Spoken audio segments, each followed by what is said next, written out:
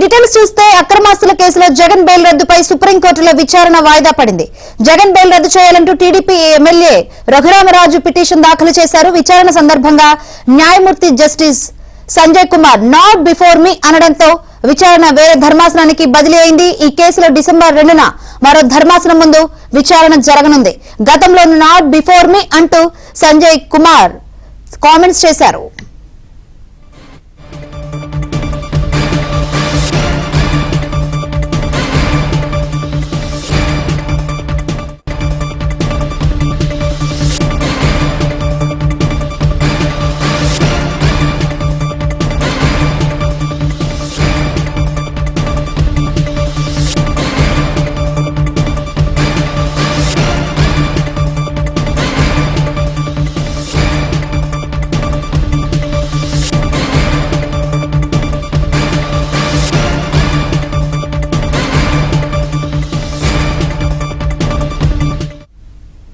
Right, అక్రమాస్తుల కేసులో Jagan bail రద్దుపై సుప్రీంకోర్టులో విచారణ వాయిదా పడింది. అయితే జగన్ బెయిల్ రద్దు చేయాలంటూ టీడీపీ ఎమ్మెల్యే రఘురామరాజు పిటిషన్ దాఖలు చేశారు.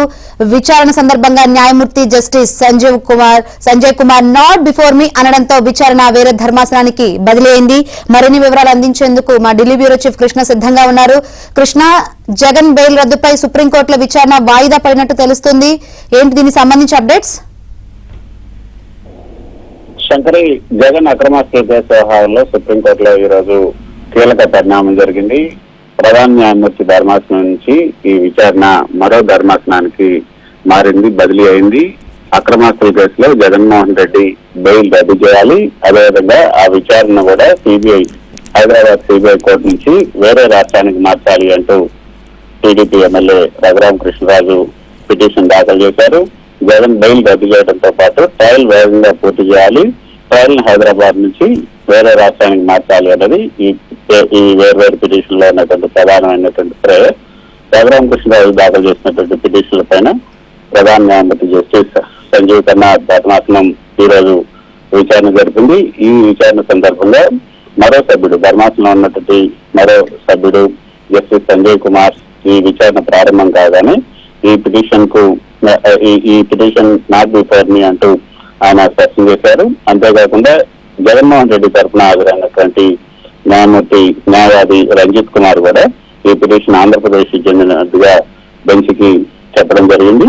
మరోపక్క సిబిఐ తరఫున హాజరైనటువంటి సొలిసిటర్ జనరల్ తుషార్ మెహతా మారిన పరిస్థితుల నేపథ్యంలో కౌంటర్ దాఖలు చేసేందుకు తమ కొంత సమయం కావాలని కూడా ఆయన కోరటం జరిగింది.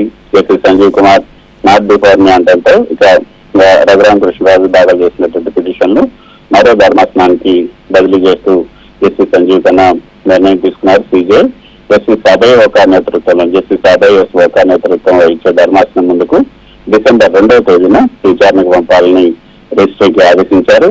అయితే గతంలో కూడా జస్టిస్ సంజయ్ కుమార్ ధర్మాసనం ముందుకు వచ్చినప్పుడు ఆయన నాట్ బిఫోర్ మీ అన్నారు. కానీ ఈ రోజు ఆయన ఉన్నటువంటి ధర్మాసనం ముందుకి రావడం జరిగింది. ఇది పొరపాటున జరిగింది. కాబట్టి ఈ పిటిషన్ ను జస్టిస్ అభయ్ ఓకా నేతృత్వంలో ధర్మాసనం ముందుకు డిసెంబర్ 2వ తేదీన విచారణ జరిపించాల్సిందిగా సిజై సంజీవ్ ఖన్నా ఆదేశాలను జారీ చేశారు. Right, thank you Krishna.